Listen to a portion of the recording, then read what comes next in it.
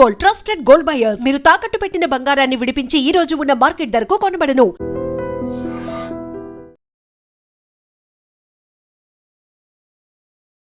శ్రీనివాస్ గారు ఎక్కడ పుట్టారు?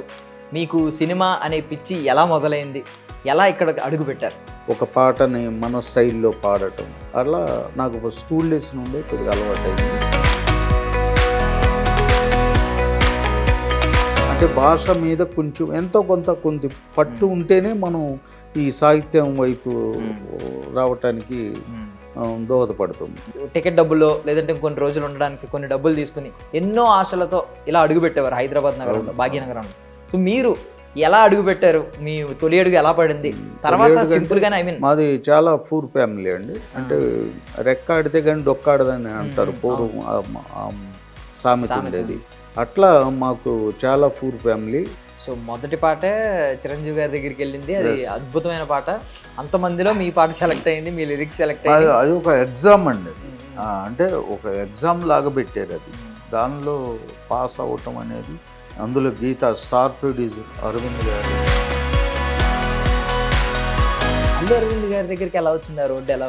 ఇక ఎయిర్ ఫ్రెషనర్ సేల్ చేసుకుంటానే ఉన్నాను. సాటర్డే సండే మాత్రం సెలవు పెట్టి ఫిలిం నగర్లో పాటల కోసం తిరిగేవాడిని. చెనకేశ్వరరెడ్డిలో ఏ పాట అండి? అది టబు సాంగ్. నీ కొప్పులు ఉన్న మల్లెతో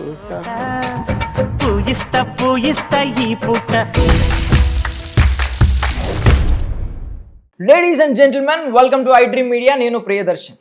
సో కృష్ణానగరే మావా, కృష్ణానగరే సినిమానే లైఫ్రా మావా, లైఫ్ అంతా సినిమా మావా అని చెప్పి మనం లిరిక్స్ వింటూ ఉన్నాం, పాట విన్నాం. నేను ఇంత సినిమా రవితేజ గారిని చూసాం అనమాట ఇలాగా. సో అవి ఎంత మాత్రం మాటలు మాత్రమే కాదు, నిజంగానే ఒకప్పుడు సినిమా ఇండస్ట్రీలో అడుగు పెట్టాలంటే ఎన్నో కళలతో ఎన్నో ఆశలతో కృష్ణానగర్లో అడుగు పెట్టాల్సిందే. సో అలా అడుగుపెట్టి ఈరోజు తారలుగా వెలుగుతున్న వాళ్ళు చాలామంది ఉన్నారు. సో అలాంటి వాళ్ళని మీ ముందు తీసుకొచ్చే ప్రయత్నమే కృష్ణానగర్ కథలు అనే ఈ ప్రోగ్రామ్ అనమాట. సో ఈరోజు మనం ముందుగా మొదటి గెస్ట్ ఎవరంటే, ఆల్రెడీ 964 పాటలతో మనకి సుపరిచితులైన 1000 పాటలకి దగ్గరలో ఉన్నారనమాట. డాడీ సినిమాతో ఆయన తొలి పాటకి లిరిక్స్ అయితే రాశారు. ఆయనే డాడీ శ్రీనివాస్ గారు. ఆయనతో మాట్లాడదాం. సార్ నమస్తే. నమస్తే. బాగున్నారా సార్? బాగున్నా. So first of all daddy Srinivas అంటే ప్రతి ఒక్కరు ఇప్పుడు దిల్ రాజు ఎలా ఉన్నారో, బొమ్మరిల్లు భాస్కర్ ఎలా ఉన్నారో, అలా ఒక్కొక్కరికి ఒక్కొక్క పేరు ఉంటుంది. అసలు శ్రీనివాస్ డాడీ శ్రీనివాస్గా ఎలా మారారు సార్? ఏముంది, మెగాస్టార్ గారు డాడీ చిత్రంలో నాకు ఫస్ట్ లిరిసిస్ట్గా అవకాశం ఇచ్చారు అరవింద్ గారు. ఇక అక్కడ నుండి ఏ శ్రీనివాస్ అంటే డాడీ శ్రీనివాస్ అని నాకు నిక్నేమ్. శుభలేఖ సుధాకర్, ఆవుతి ప్రసాద్, సిరివెన్నెల సీతారామ శాస్త్రి, కళ్ళు చిదంబరం, ఇట్లా సినిమా పేర్లతో ఆ పేర్లు ఎలా కొనసాగుతున్నాయో అలాగే నాకు కూడా పూర్వజన్మ సుకృతం. ఒక మెగాస్టార్ గారి చిత్రాన్ని నేను నా ఇంటి పేరుగా డాడీ చిత్రాన్నిగా మలుసుకుని ప్రేక్షకులందరూ, నా అభిమానులు కానీ వాళ్ళందరూ డాడీ శ్రీనివాస్గా నన్ను గుర్తింపు తెచ్చారు. ఈరోజైతే మీరు ఎంత సుపరిచితులు, ఎంతోమంది అభిమానాన్ని కూడగట్టుకున్నారు. కాకపోతే ఒకప్పుడు శ్రీనివాస్గా ఎన్నో ఆశల్ని మూట కట్టుకుని ఇక్కడికి వచ్చి ఉంటారు, కృష్ణానగర్లో అడుగు పెట్టుంటారు. సో ఆ ప్రస్థానం గురించి, ఆ కథ గురించి మేము తెలుసుకోవాలనుకుంటున్నాం సార్. అసలు శ్రీనివాస్ గారు ఎక్కడ పుట్టారు? మీకు సినిమా అనే పిచ్చి ఎలా మొదలైంది? ఎలా ఇక్కడ అడుగు పెట్టారు? అది అంటే గుంటూరు జిల్లా చుండూరు మండలం దుండుపాలెం గ్రామం. ఒక మాస్ అంటే డి విలేజ్ అనమాట, డి మాస్ విలేజ్. అటువంటి ఎక్కడో మారుమూల కుగ్రామంలో పుట్టి మా ఎడ్లపల్లి హై స్కూల్లో 10th వరకు అక్కడే చేసాము. అక్కడ స్కూల్ డేస్ నుండే నాకు పాటలు పాడటం అంటే కానీ రాయటం అంటే స్పాంటేనియస్గా ఒక పాట చూసుకుని పేరడీగా రాసుకోవటం, ఒక పాటని మన స్టైల్లో పాడటం, అలా నాకు స్కూల్ డేస్ నుండే కొద్దిగా అలవాటైంది. ఎప్పుడు సార్ ఇది? ఏ సంవత్సరాల్లో జరిగిన? 1981, 82 అట్లా. ఆ స్కూల్ డేస్ నుండే నాకు స్టార్ట్ అయింది. అంటే 82, 83 10th క్లాస్ అనమాట మాది. ఇప్పటివరకు ఎన్ని క్రాఫ్ట్లు ఎక్స్ప్లోర్ చేశారు? బికాజ్ మీరు already lyricist, artist, director, cinema కూడా డైరెక్ట్ చేశారు. ఇంకా ఎన్ని క్రాఫ్ట్లు సార్ మీరు చూసినవి? మీరు అంటే ఫస్ట్ ఆర్టిస్ట్గా ఏమన్నా విలన్ రోల్స్ ఏమన్నా దొరుకుతాయేమో చేద్దామన్న ఆశతో వచ్చాము. ఆ దేవుని దయ వల్ల నాకు ఒక లిరిసిస్ట్గా పెద్ద పోస్ట్ నాకు లిరిసిస్ట్గా గేయ రచయితగా నన్ను అరవింద్ గారు గుర్తించారు. అట్లా నేను పాట రాయగలుగుతాను, పాట ట్యూన్ చేయగలుగుతాను, మ్యూజిక్ కూడా చేయగలుగుతాను, పాట పాడటం కానీ రాయటం కానీ డైరెక్షన్ చేసి మొన్న 6 అవార్డ్స్ వచ్చినాయి, బెస్ట్ ఫిల్మ్ నంది అవార్డు. అట్లా అన్ని రంగాల్లో నాకు ఎంతో కొంత కొంచెం పట్టు ఉంది. ఆ పట్టు ఉండటం వల్ల నాకు ఈజీ అయిందనమాట ఇండస్ట్రీలో. తెలుగు మీద బాగా పట్టుండేది సార్ అప్పట్లో సబ్జెక్ట్? తెలుగు పేపర్ చదువుతాం కానీ చలం గారి బుక్స్, అట్లా నవల్స్ ఎక్కువ, డైలీ పేపర్ చదవటం.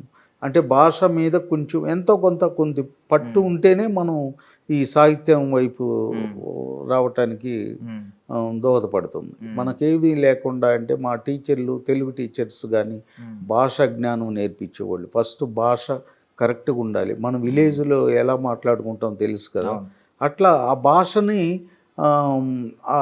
అట్లా అలా కాకుండా మన ఇంట్లో కూడా ఇలా మాట్లాడాలి మనం అని మా టీచర్స్ కూడా అప్పుడు చెప్పటం, అది నేర్చుకుంటాం. అంటే భాష మీద మనం పట్టు రావాలంటే మనం మాట్లాడే ఫ్రెండ్ సర్కిల్లో కానీ మనం వాడుక భాష కూడా విలేజ్ మిక్స్ చేసి మాట్లాడుతాం. అట్లా కాకుండా స్కూల్ డేస్ నుండే కొంచెం క్లాస్గా మాట్లాడటం అనేది, అంటే తెనాలి ఏరియా దగ్గర కాబట్టి, తెనాలి అంటే ప్యారిస్, ఆంధ్ర ప్యారిస్ అంటారు. భాష మీద మంచి పట్టు ఉంటుంది మా ఏరియా వాళ్ళకి. మీరు ఎవరు అభిమాని సార్ ఆ రోజుల్లో? హీరో ఎవరు అభిమాని?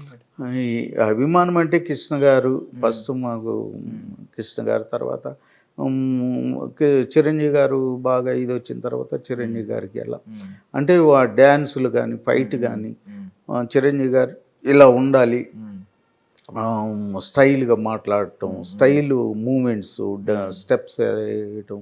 అంటే చిరంజీవి గారు వచ్చిన తర్వాత మళ్ళీ చిరంజీవి గారికి అట్లా మళ్ళీ చిరంజీవి గారితో మీరు అరంగేట్రం చేయడం అది మీ అదృష్టం. మేము అంటే దూరం నుండి చిరంజీవి గారిని ఎక్కడో కిలోమీటర్ దూరం నుండి చూడాలి అనుకున్న రోజుల నుండి చిరంజీవి గారితో డైరెక్ట్గా ఫేస్ టు ఫేస్ ఎదురుబడి కూర్చుని ఆయనతో మాట్లాడటం అనేది మా పూర్వజన్మ సుకృతం. అంటే పెద్ద అగ్ర హీరో చిరంజీవి గారు కానీ బాలయ్య బాబు గారు కానీ వాళ్ళకి పాటలు రాయటం, వాళ్ళ దగ్గర కూర్చుని నేను వాళ్ళతో అంటే ఇంటరాక్ట్ చేయటం అనేది అంత నాటే జోక్. అంటే నాకు ఎవరికో అరుదు అయిన అది ఒక అంటే మనం ఊహించలేనిదన్నమాట అది. చిరంజీవి గారు బాలకృష్ణ గారికి రాయటం అనేది నాకు గాడ్ గిఫ్ట్ అనమాట. ఎలా అడుగు పెట్టారు? మీ తొలి అడుగు ఎలా పడింది? తర్వాత సింపుల్ గానే, ఐ మీన్ మాది చాలా పూర్ ఫ్యామిలీ అండి. అంటే రెక్కాడితే కానీ డొక్కాడదని అంటారు పూర్వం సామెత ఉండేది. అట్లా మాకు చాలా పూర్ ఫ్యామిలీ, విలేజ్ బ్యాక్డ్రాప్లో పెరిగిన వాళ్ళం. అందుకని ఫస్ట్ 200 రూపాయలు జేబులో పెట్టుకుని మా అమ్మతో వెళ్తున్నానమ్మా ఎలా కూడా చేస్తానని ఒక జత బట్టలు పెట్టుకుని ట్రైన్లో, అప్పుడు ట్రైన్ ఎంత 15 రూపాయలు టికెట్, అది తీసుకుని హైదరాబాద్ రావటం. హైదరాబాదు అడుగు పెట్టంగానే, హైదరాబాద్ అంటే కొత్త నాకు ఇదొక మాయాలోకం లాగా అనిపిస్తుంది. అప్పుడు చూడంగానే ఇంత పెద్ద నగరంలో మనం ఎలా ఉంటాం, అది చూస్తే ఆ కార్లు, ఆ ట్రాఫిక్ అవన్నీ చూస్తే అప్పుడే నాకు చాలా ఆశ్చర్యంగా ఉండేది. అల్లు అరవింద్ గారి దగ్గరికి ఎలా వచ్చింది ఆ రోడ్డు? ఎలా చిరంజీవి గారు చిరంజీవి గారు కారు స్టార్ట్ అయింది, బ్రేక్ ఇచ్చారు, చిరంజీవి గారు భోజనానికి వెళ్ళాలి ఇంటికి. అరవింద్ గారు నాగబాబు గారు కారు దగ్గర మాట్లాడుతున్నారు. ఎలా అన్నా ఇప్పుడే కలవాలని చెప్పేసి నేను ఆ ఫైల్ తీసుకుని వెళ్తుంటే బౌన్సర్లు ఉండారు ఇద్దరు. కలుస్తానికి వీలు లేదు, నువ్వు రండి అన్నాడు. లేదు నేను కలుస్తానని నేను నన్ను ఇట్లా పెట్టి ఇట్లా నెట్టాడు బౌన్సర్. నెట్టేవారు కింద పడిపోగానే ఫైలు కింద పడిపోయి పెద్ద సౌండ్ వచ్చింది ఫైలు. ఆ ఫైలు కింద పడంగానే అరవింద్ గారు ఇలా చూశారు, చిరంజీవి గారు, అరవింద్ గారు, నాగబాబు గారు ఇలా చూశారు ఎవరు ఏంటి అని. నేను పడేవరకు అరవింద్ గారు అన్నారు, అరే పాపం పడ్డాడు, లేపండి అయ్యా, లేపు అని బౌన్సర్ అన్నారు. ఆ బౌన్సర్ వచ్చి నన్ను గట్టిగా ఇట్లా పెట్టి గిచ్చాడు. గిచ్చి నేను చెప్తుంటే నువ్వు వినవు, మీ వల్ల నాకు తిట్లు పడతాను, అది పెట్టి నువ్వు వెళ్ళిపో అని చెప్పి నన్ను గట్టిగా ప్రెస్ చేశాడు. ఆ, ఇట్లా లేపిన తర్వాత ఇక నేను అక్కడ ఉన్నా. అరవింద్ గారు దగ్గరికి వచ్చాడు. ఏంటి బాబు, ఏంటి, ఎవరు అంటే, పోతలే సార్ ఈయన చెప్పినా కానీ వెళ్ళిపోవట్లేదు అంటే, అప్పుడు అరవింద్ గారు వచ్చి ఏంటి బాబు అన్న.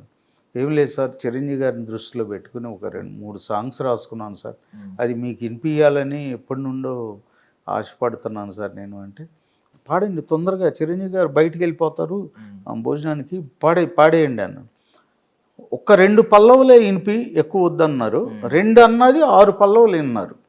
అంటే 6 పల్లవులు నేను కంటిన్యూగా పాడుతూనే ఉండా, ఎక్కడ గ్యాప్ ఇవ్వాల, దొరికింది అవకాశం మనకని. ఇక 6 పల్లవులు విని చిరంజీవి గారు ఓకే అమ్మా అని చెప్పేసి ఆయన భుజం తట్టి వెళ్ళిపోయారు. ఓకే బాగున్నాయి. ఏం పాటలు పాడారు అప్పుడు? అది సిగ్గు చీమంత నీ చెంప చీమంత అది ఒకటి, వయాసిస్సుల వరదై వచ్చే రాధమ్మ అది ఒకటి, అట్లా అట్లా 4-5 పాటలు పాడారు, 6 పాటలు పాడారు. అరవింద్ గారు ఈయన నంబర్ తీసుకోండి అని చెప్పేసి, నాగరాజు గారు అని ఉంటారు ఆయన, మోహన్ గారు చిరంజీవి గారికి పర్సనల్ పిఏ మోహన్ గారు, నాగరాజు గారు వాళ్ళకి చెప్పాడు, ఈ నంబర్ తీసుకోండి, ఏమన్నా అవసరం ఉంటే ఫోన్ చేద్దాం మనం అని చెప్పారు. అప్పుడు వాళ్ళు నా నంబర్ తీసుకున్నారనమాట. అట్లా అసలు వాళ్ళకి వినిపించటమే నాకు గ్రేట్, నాకు చాలా నిజంగా అది దేవుడిచ్చిన వరం లాంటిది. ఆ రోజు అయితే నాకు నేను కళా నిజం అనిపించింది. తర్వాత నా నంబర్ తీసుకున్నారు. నేను అనుకున్నా నంబర్ తీసుకున్నారు కానీ మనకి ఎందుకు ఫోన్ చేస్తారు పెద్దవాళ్ళు అనుకున్నాను. ఆ నంబర్ తీసుకున్న తర్వాత 1 వీక్ తర్వాత ఫోన్ చేస్తే నా ఫోను కింద పడిపోయి చెడిపోయింది అనమాట. ఫోన్ వచ్చే టైంకి పడిపోయింది. ఎరిక్సన్ అని అప్పుడు పెద్దది ఇంత ఎరిక్సన్ ఉండేది, అది కింద పడిపోయి పని చేస్తలా. సరే ఫోన్ చేశారంట 3-4 రోజులు. ఆ కొత్త కుర్రోడు ఎవరో పాపం వినిపించాడు బాగా నుండి సాంగ్స్, అతనికి ఒక సాంగ్ అవకాశం ఇద్దాం చూడండి అయ్యా అంటే, ఎక్కడుంటాడు సార్ అంటే, ఏదో బంజారాయిల్స్ రోడ్ నెంబర్ 10 అనే అడ్రస్ రాశారు అంటే, నా గురించి 1 వీక్ నుండి అరవింద్ గారు చెప్తున్నారన్నారు. అని ఏమయ్యా ఈయనే శ్రీనివాసు మొన్న పాటలు వినిపించారు కదండి, ఏమయ్యా ఇంత పెద్ద బోర్డు సెల్ మాత్రం ఇంత సెల్ పెట్టుకున్నావు జేబులో, బోర్డు సెల్ నంబరు పనిచేయదు ఏంటది, 1 వీక్ నుండి నేను చెప్తున్నాను వాళ్ళు ఇంకా అడ్రస్ దొరకట్లేదు అంటే, సారీ సార్ నాకు సెల్లు ఖరాబ్ అయింది సార్, కింద పడిపోయాను. నీ దగ్గర ఏమేమి పాటలు ఉండేవి మొత్తం వినిపించేసి అన్నాడు. ఇక నా పాటలు నేను రాసుకున్న 27 పాటలు ఉండి నేను రాసుకున్నాయి. ఓకే సార్ అని చెప్పేసి నా పాటలు అన్నీ వినిపించా. ఓకే పర్లేదు బాగానే ఉన్నాయి, కానీ ఇవి కాకుండా నేను ట్యూన్ ఇస్తా, ఆ ట్యూన్కి రాయగలుగుతావా అన్నాడు. అసలు ట్యూన్ అంటే ఏందో తెలియదు నాకు. ట్యూన్ ఇస్తాను నేను అంటే, ఏమన్నా కానీ రాస్తాను సార్ అని. Okay very good.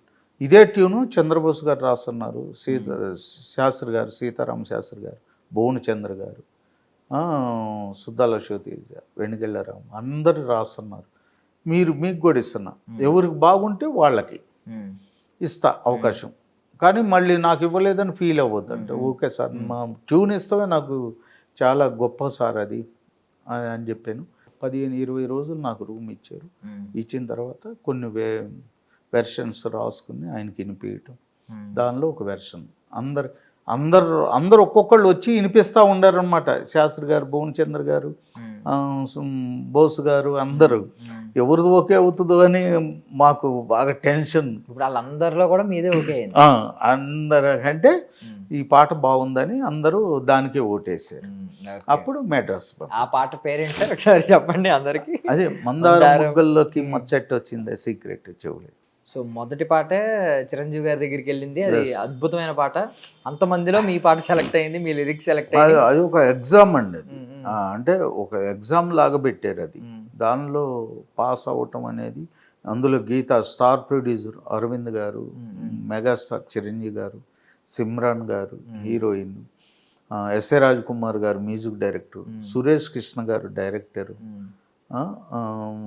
ఇది సాంగ్ కొరియోగ్రాఫ్ చేసింది India's number 1 choreographer Saroj Khan madam. ఇంతమంది ఆ, పెద్ద లెజెండ్స్ అన్నమాట. సిల్వర్ స్క్రీన్ మీద ఆ పాటకి చిరంజీవి గారి స్టెప్పులు ఇవన్నీ చూసిన తర్వాత కంపోజిషన్, ఆ సింగర్ వాయిస్ ఇవంతా విన్న తర్వాత ఎలా అనిపించిందండి? అసలు ఇది కళ అనేది మెడ్రాసు వెళ్ళాను, నన్ను మెడ్రాస్ తీసుకెళ్ళారు. వెళ్ళి రసరాజ్ కుమార్ గారి దగ్గర లాస్ట్ సిట్టింగ్ ఇక అది. ఇక ఆయన ఓకే అంటే పాట సాంగ్ ఓకే. ఫస్ట్ పేమెంట్ అంత మీద ఇచ్చారు 35. First song 35,000 3500 35,000. 35,000 yes. Okay. Balayya Babu గారు చూసి మీ పాట విన్నాం డాడీలో, చిరంజీవి గారి పాట బాగుంది, మనకి తెలంగాణ స్లాంగ్ ఫోక్ కావాలి, ఉందా అంటే ఉంది బాబు గారు అన్న. అది వినిపించాను. అది పోరి హుషారుగుందిరు, హైట్ ఏమో ఆరుందిరు, చాలా బాగుందని చెప్పి అది ఎంపట.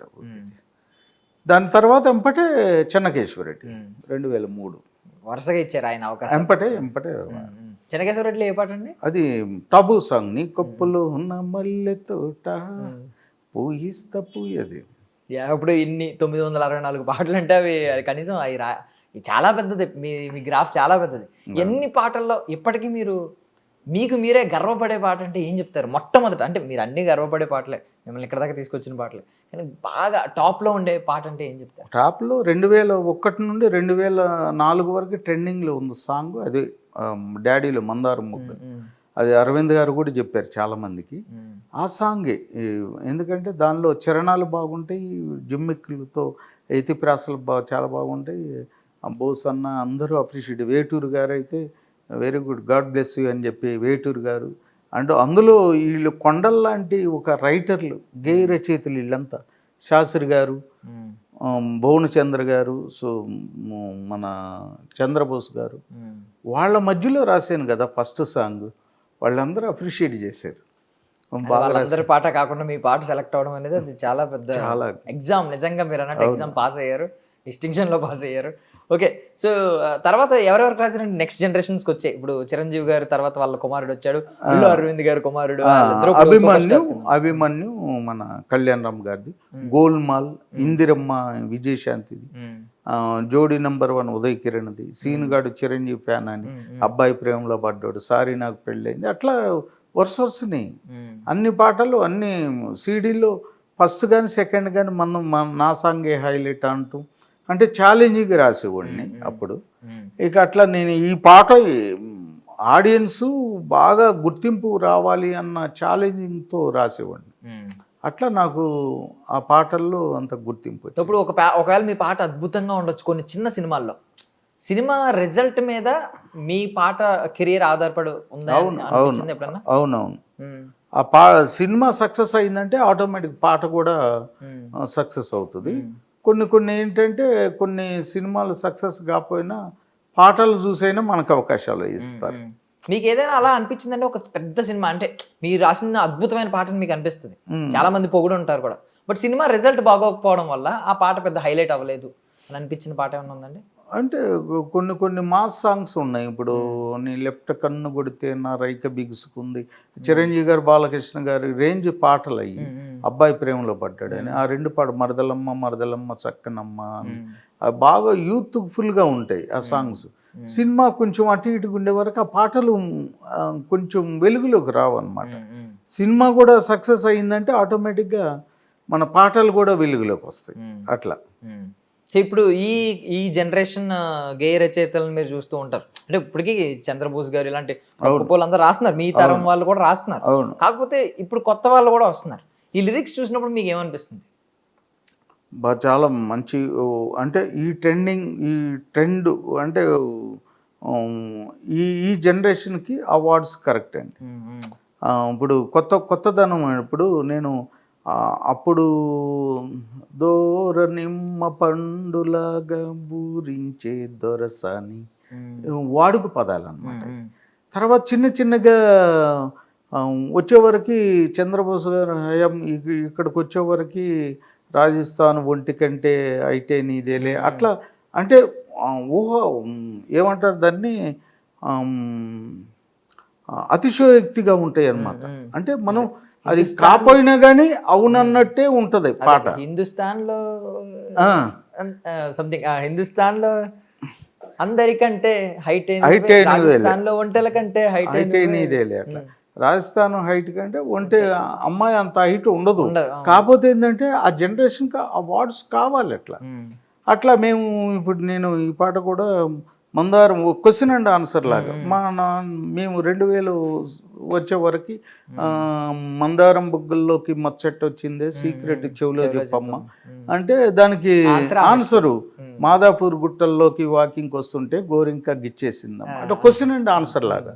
అంటే పాత లిరిక్స్లో కూడా ఉండే కోమటి ఇంటికి వెళ్తే కోమటి ఇంటికి వెళ్తే తక్కెట్లో రాయొచ్చి తగిలింది మామ తక్కెట్లో రాయొచ్చి తగిలిందంట.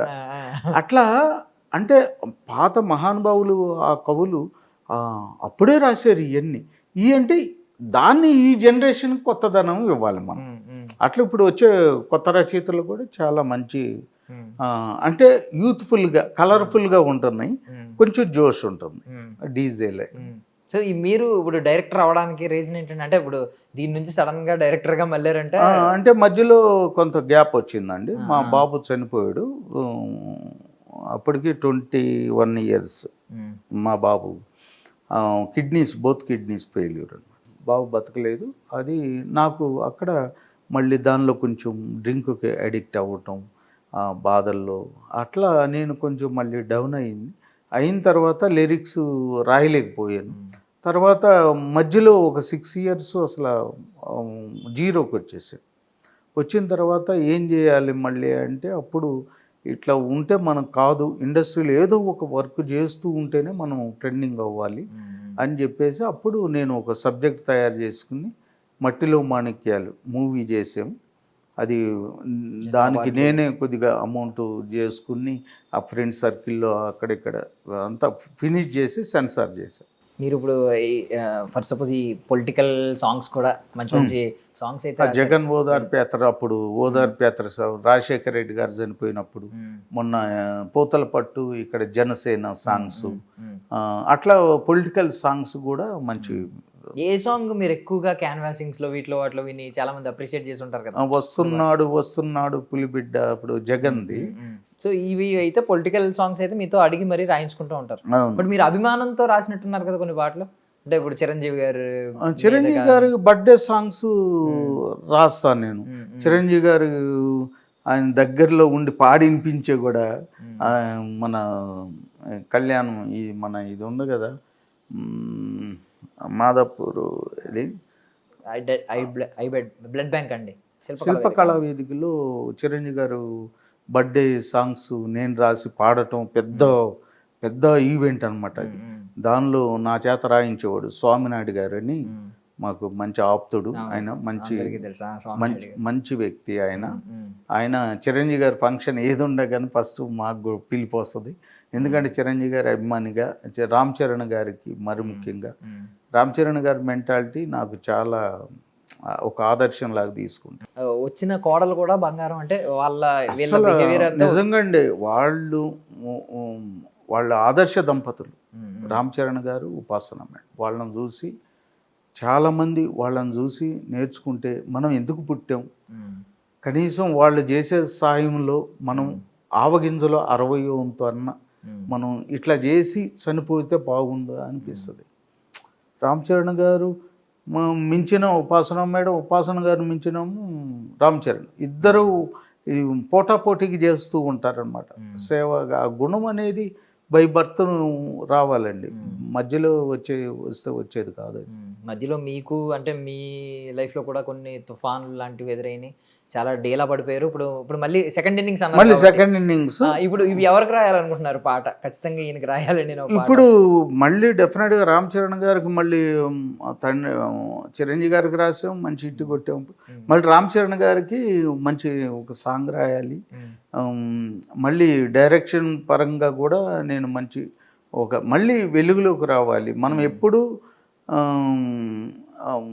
ట్రెండింగ్లో ఉండాలి. ఈ ఇండస్ట్రీలో మనం ఎప్పుడు జీరోలో ఉంటే ఎవరు గుర్తించరండి మనం. అందుకని మళ్ళీ నాకున్న సర్కిల్తో నేను మళ్ళీ కష్టపడి మళ్ళీ తిరగాలి, మళ్ళీ పాటలు రాయాలి, మళ్ళీ డైరెక్షన్, మంచి సబ్జెక్టు, మంచి కంటెంట్తో సినిమా తీయాలి, మళ్ళీ ఇండస్ట్రీలో అందరిని కలవాలి. సో ఆల్రెడీ 964 పాటలు, పైగా ఈ ఫామ్లో, ఈ మధ్య అయితే మీరు ఫామ్లో లేరు కానీ ఒకప్పుడు అప్పుడు ఫటాఫట్ కొట్టారంటే ఇంకో మీరు తలుచుకుంటే 36 పాటలు కొడితే 1000 సాంగ్లు ఎగిరి ఉంటారు అనమాట. అవును. సో ఈ 1000 పాటలు త్వరగా అవ్వాలని మేము మనస్ఫూర్తిగా కోరుకుంటున్నామండి ఐ డ్రీమ్ నుంచి. అది అయ్యి మళ్ళీ మనం ఒకసారి కలవాలి, అది మనందరం సెలబ్రేట్ చేసుకోవాలి. తప్పకుండా అండి. మళ్ళీ డాడీ శ్రీనివాస్ని మళ్ళీ ప్రేక్షకులకి దగ్గర చేసి ఐ డ్రీమ్ ద్వారా మళ్ళీ మంచి ఇంటర్వ్యూ ద్వారా మీరు నన్ను పరిచయం చేసినందుకు ఐ డ్రీమ్ యాజమాన్యానికి మీకు కృతజ్ఞతలు. Thank you sir, thank you. మీ విలువైన సమయాన్ని మాకు ఇచ్చినందుకు thank you so much. Thank you.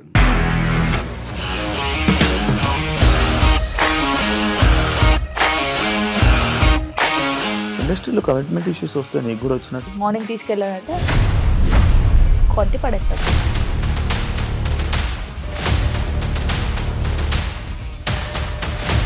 ఒక్కళ్ళు కూడా చూడలేదు ఈ సినిమా అని చెప్పడానికి కూడా చాలా ధైర్యం కావాలి. అది నిజం కదా, దాంట్లో ధైర్యం ఏంటి? ఇది నెక్స్ట్ డే ప్లేట్ మార్చేస్తే తప్పు కదా. As of now we're comfortable this అని నేను అనుకుంటున్నాను. రష్మిక గారిది మీది ఒకే ఊరంట కదా?